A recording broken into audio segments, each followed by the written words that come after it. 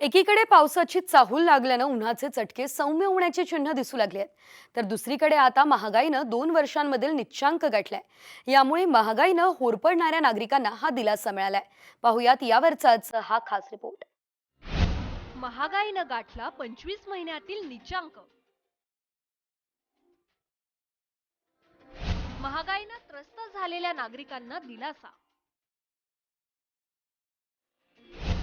प्रत्यक्षात मात्र महागाईचे चटकेच.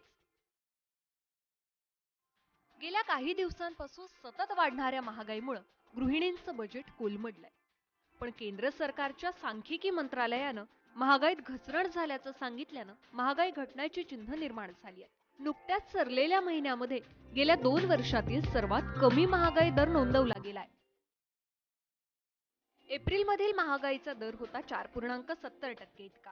मे महिन्यात तो घसरून 4.25%वर आला. अन्नधान्य, डाळी, भाजीपाला आणि इंधन यांच्या दरात घसरण झाल्यानं महागाईचा दर कमी झाल्याचा दावा केंद्र सरकारच्या वतीनं करण्यात येतोय. घरगुती वापराचा गॅस आणि केरोसिनचे दरही घटल्यानं महागाई कमी व्हायला मदत झाली आहे, असंही सरकारच्या वतीनं सांगण्यात आलंय.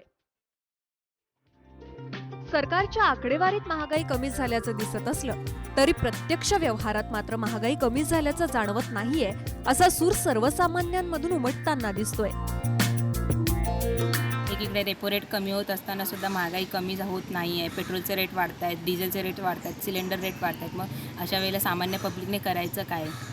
एका इकडे महागाई ते कुठेतरी स्थिर राहिली पाहिजे ना, पण ती स्थिर राहत नाही. मग ह्यावरती सरकार काय करते? सरकारला काही सुचत नाही आहे का ह्यावरती काय करावं, काय न करावं? यंदा पाऊस पाणी सामान्य राहील असा अंदाज वेधशाळेनं वर्तवलाय. तसं झाल्यास खरीपाच्या उत्पादनात वाढ होईल आणि महागाईच्या दरात पुढेही घसरण दिसून येईल, असा अंदाज तज्ज्ञांकडून व्यक्त केला जातोय. मात्र कागदावर कमी झालेली महागाई प्रत्यक्ष व्यवहारातही दिसावी, हीच नागरिकांची अपेक्षा आहे. ब्युरो रिपोर्ट, साम टीव्ही न्यूज.